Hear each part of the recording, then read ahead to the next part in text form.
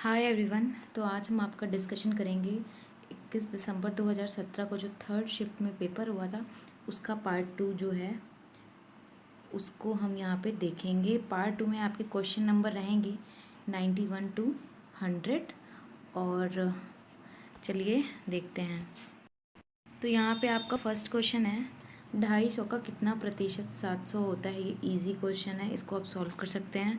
यहाँ पे मैंने आपको एक्सप्लेन करके दिया है कि 250 का हम x% मान लेंगे, उसके बाद इसको हम 700 के इक्वल दिखा देंगे, फिर यहाँ से आप x निकाल लोगे तो ये जो आएगा वही आपका आंसर होगा। ये आप देखेंगे 280 हो जाएगा। अगर आपको नहीं समझ में आ रहा है ये क्वेश्चन कैसे सॉल्व होगा, सेकंड मेथड क्या है, आप ऑप्शन उठा लीजिए। 250 का ऑप्शंस में कितने परसेंटेज जो दे रखे हैं चारों ऑप्शन पुट करके निकालिएगा। 250 इंटू 280/100 पहले करना, इसको सॉल्व करेंगे तब देखेंगे आप 700 आ रहा है या नहीं। फिर बी ऑप्शन ले लीजिए, सी ले लीजिए, डी ले लीजिए। जिस ऑप्शन से ये वैल्यू सेटिस्फाई करा जाएगी ये आपका आंसर हो जाएगा। चलिए नेक्स्ट क्वेश्चन है आपका, एक त्रिकोण में एक भुजा की लंबाई 5 सेंटीमीटर है और दूसरी दो भुजाओं की लंबाई के बीच अंतर 1 सेंटीमीटर है। यदि त्रिकोण की परिधि 20 सेंटीमीटर है तो उसके क्षेत्रफल का पता लगाना है। तो यहाँ पे आपको दे क्या रखा था, एक भुजा की लंबाई दे रखी है और दूसरी दो भुजाओं के बीच का अंतर दे रखा है। तो यहाँ से हम क्या करेंगे, एक भुजा को हम मान लेंगे x है, तो दूसरी के बीच का अंतर अगर 1 है तो मतलब कि जो दूसरी भुजा है वो 1 ज़्यादा होगी। तो b को हमने x+1 कर लिया। अकॉर्डिंग टू क्वेश्चन आपको इसमें परिधि दे रखी थी 20। परिधि आपको पता है कि चारों लेंथ का जो दूरियां हैं वो रहती है। तो ये आपका क्या हो जाएगा, 5 + x + x+1 करेंगे 20 हो जाएगा। x की वैल्यू निकालेंगे, x की वैल्यू से आपको दोनों भुजाएं पता चल जाएंगी। तो यहाँ पे त्रिभुज की भुजाएं आएंगी 5, 7 और 8। उसके बाद त्रिभुज का क्षेत्रफल निकालने के लिए हम अर्ध परिमाप का यूज़ करेंगे। यहाँ पे ये s की वैल्यू निकालेंगे। s आपका क्या होता है, a + b + c/2। A B C जो है भुजाओं की लंबाई होती, तो इन सबको ऐड करके आप s की वैल्यू निकालोगे, ये आपकी 10 आ जाएगी। फिर एरिया आपका क्या होता है, एरिया का ये फॉर्मूला होता है √s, s - a, s - b, s - c। सारी वैल्यूज पुट करके इसको सॉल्व करेंगे, आपका आंसर आ जाएगा 10√3 सेंटीमीटर स्क्वायर। तो यहाँ से आपका करेक्ट ऑप्शन हो जाएगा ऑप्शन बी। तो ये आपका ऑप्शन बी हो गया। नेक्स्ट क्वेश्चन है, एक व्यक्ति ने प्रतिवर्ष 5% की दर से चक्रवृद्धि ब्याज पर 80,000 की राशि का निवेश किया। अगर संचित ब्याज 8200 है तो वर्षों में समय अवधि कितनी हुई। तो ये फॉर्मूला यूज़ करके मैंने इसकी वैल्यू निकाली है, ये आपका है। तो यहाँ पे आपका ये आपका हो जाएगा मिश्रधन, ये आपका 8800 सॉरी ये आपका हो जाएगा 88,200 और ये आपका 80,000 दे रखा है। यहाँ से एन की वैल्यू निकालेंगे, एन की वैल्यू 2 वर्ष आ जाएगी। अगर आप इस क्वेश्चन को ऐसे ना करके दूसरे मेथड से देखना चाहते हैं तो दूसरा क्या है, जैसा कि आपको इस क्वेश्चन में दे रखा है 80,000 की राशि का निवेश, तो ये आपका मूलधन हो जाएगा। अगर ये आपका 80,000 है, ठीक है, यहाँ पे आपको 5% बोल रखा है। 5% का सबसे पहले फ्रैक्शन करेंगे, 1/20 आ जाएगा, ठीक है। अब 80 के हम 80,000 का इसका सॉरी ये आपका 80,000 हो गया, इसका आप 1/20 निकालेंगे, ये आपका क्या आ जाएगा, ये यहाँ पे आपका 4,000 आ जाएगा। फिर दूसरे ईयर में निकालेंगे 4,000 आ जाएगा।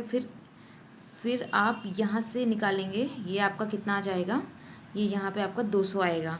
तो कुल मिला के आपका 8200 आपका ये आ जाएगा कंपाउंड इंटरेस्ट। और यहाँ पे कंपाउंड इंटरेस्ट की ही बात की गई थी जो 8200 है। तो आप ऑप्शन से भी यहाँ निकाल सकते हैं कि पहले आपको 2 वर्ष दे रखा था, तो जो मैंने सेकंड मेथड बताया है उसमें सारे ईयर्स को देख करके देखें कि आपका CI कितना आ रहा है। अगर 8200 जिस ऑप्शन से सेटिस्फाई करेगा वही आपका आंसर हो जाएगा। तो ये आपका ए हो जाएगा। नेक्स्ट क्वेश्चन है आपका, दो बाइक क्रमशः 24 किलोमीटर/आवर और 18 किलोमीटर प्रति घंटे की गति पर एक ही बिंदु से शुरू होती हैं जहाँ और एक ही गंतव्य तक पहुंचते हैं। अगर दूरी 360 किलोमीटर है तो तेज बाइक धीमी बाइक से कितने घंटे पहले पहुंचेगी, ठीक है। इस क्वेश्चन में क्या है, मैंने मान लिया ये आपका कोई बिंदु P है, ये Q है। P से दोनों बाइकें, एक की स्पीड कितनी है 24, दूसरे की है 18। दोनों की P और Q के बीच का डिस्टेंस 360 है। तो हम क्या करेंगे, यहाँ से टाइम निकाल लेंगे। A को कितना टाइम लग रहा है 15 घंटे, B को कितना लग रहा है 20 घंटे, ठीक है, 20 घंटे यहाँ पे लग रहा है। तो दोनों के बीच इसमें क्या पूछा था कि तेज बाइक धीमी बाइक से कितने घंटे पहले पहुंचेगी। तेज हमारी बी वाली है, बी और ए जा रही है 15 घंटे में, तो कितना डिफरेंस आ गया, ये आपका 5 घंटे का आ गया। तो ये आपका हो जाएगा 5 आवर्स आंसर। ये है आपका ऑप्शन डी। तो ये आपका ऑप्शन डी करेक्ट हो जाएगा। अगला क्वेश्चन है आपका, ABC अलग अलग तौर पर क्रमशः 15, 20 और 12 दिनों में एक काम को पूरा करते हैं। ABC ने एक साथ काम शुरू किया, लेकिन ए ने काम के पूरा होने के 6 दिन पहले छोड़ा था और बी ने 4 दिन पहले छोड़ा। यदि कुल काम के लिए 1500 का वेतन दिया गया है तो फिर ए और बी का कुल हिस्सा कितना है। तो ये मैंने इस क्वेश्चन को सॉल्व किया। सबसे पहले गिवन क्या है, ए किसी काम को 15 दिन में कर रहा है, बी यहाँ पे आपका 20 दिन में कर रहा है और सी 12 दिन में कर रहा है। इन तीनों का अगर आप एलसीएम निकालेंगे, एलसीएम आपका 60 आ जाएगा। एफिशिएंसी निकालेंगे, एफिशिएंसी आपकी 4, 3 और 5 की आ जाएगी। यहाँ पे अगर देखेंगे तो क्वेश्चन में कहा था कि ए जो है काम पूरा होने के 6 दिन पहले और बी 4 दिन पहले। तो हम यहाँ पे क्या करेंगे, हम इसको पूरा पूरा काम कराएंगे। तो 6 दिन का इसमें ऐड करेंगे, इसमें 4 दिन का भी ऐड करेंगे। तो 4 की एफिशिएंसी से ये 6 दिन और इसको हम काम कराएंगे तो 24 काम हो जाएगा और ये 12 हो जाएगा। 24 + 12 36 हो जाएगा। तो कुल मिला के काम आपका 96 हो जाएगा। ठीक है, एफिशिएंसी 5, 3, 8, 4, 12 होता है। तो ये टोटल काम तीनों मिल करके आपका 8 दिनों में पूरा कर लेंगे।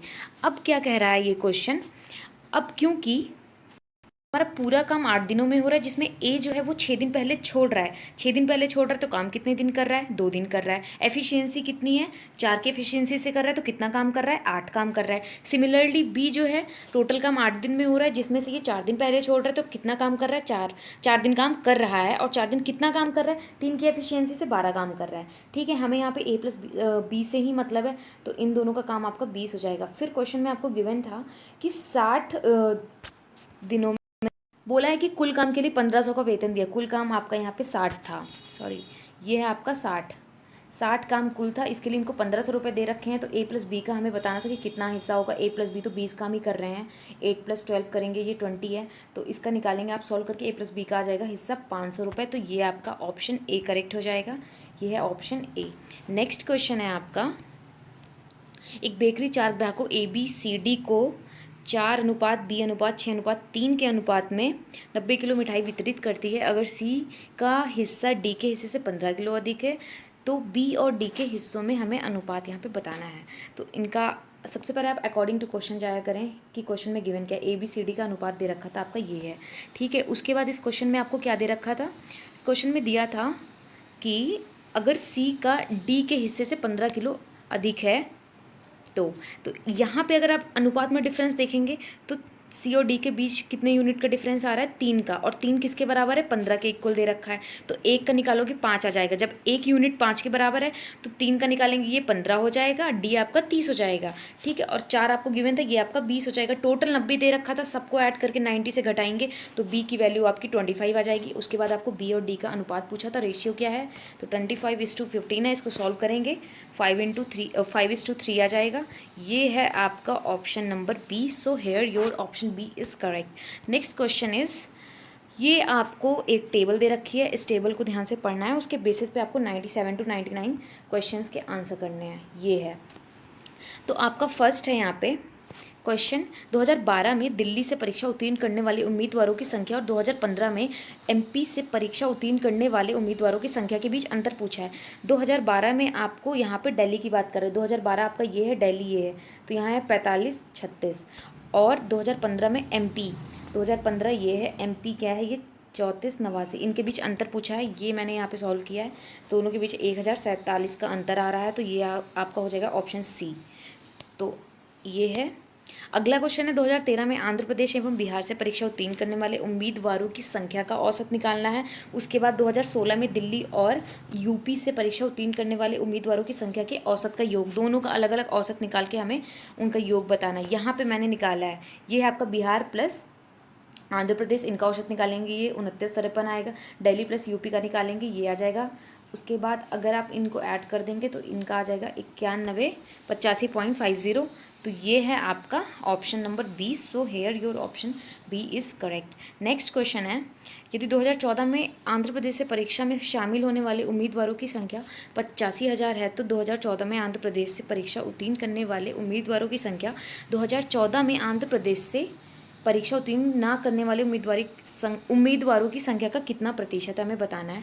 तो फेल निकालेंगे। टोटल 85,000 थे, जिसमें से हम पास देख लेंगे, हमें टेबल में गिवन है 42, 81 था, तो फेल आपके इतने हो जाएंगे। तो अब हमें परसेंटेज निकालना था फेल वाले का। ठीक है, इससे तो 4281 आपके पास थे, ये आपके फेल थे, इनका परसेंटेज 5.30 आ जाएगा। तो ये है आपका option B. So here your option B is correct. Next question और लास्ट क्वेश्चन है आज का हमारा।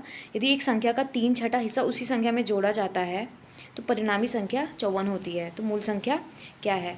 इस क्वेश्चन के सिमिलर आप पहले क्या कर सकते हो, यहाँ पे मैंने सॉल्व किया है। एक्स मान लो, एक्स का जो भी है वैल्यू अकॉर्डिंग टू क्वेश्चन जाएंगे, उसको सेटिस्फाई कराएंगे, एक्स की वैल्यू 36 आ जाएगी। तो ये हो जाएगा आपका ऑप्शन नंबर बी। और अगर आपसे ये नहीं सॉल्व हो रहा है तो आप यहाँ पे ऑप्शन से भी जा सकते हैं, जो भी ऑप्शन इस इक्वेशन को सेटिस्फाई करा देगा और आपकी वैल्यू 54 आ जाएगी, तो वही आपका ऑप्शन होगा। अगर वैल्यू पुट करके भी आप देखेंगे तो ऑप्शन बी ही करेक्ट हो जाएगा। अगर आपको किसी भी क्वेश्चन में डाउट है आप मुझे कमेंट करके बताएं। If you like this video give a thumbs up. For more updates subscribe my channel. Thank you so much for watching this video.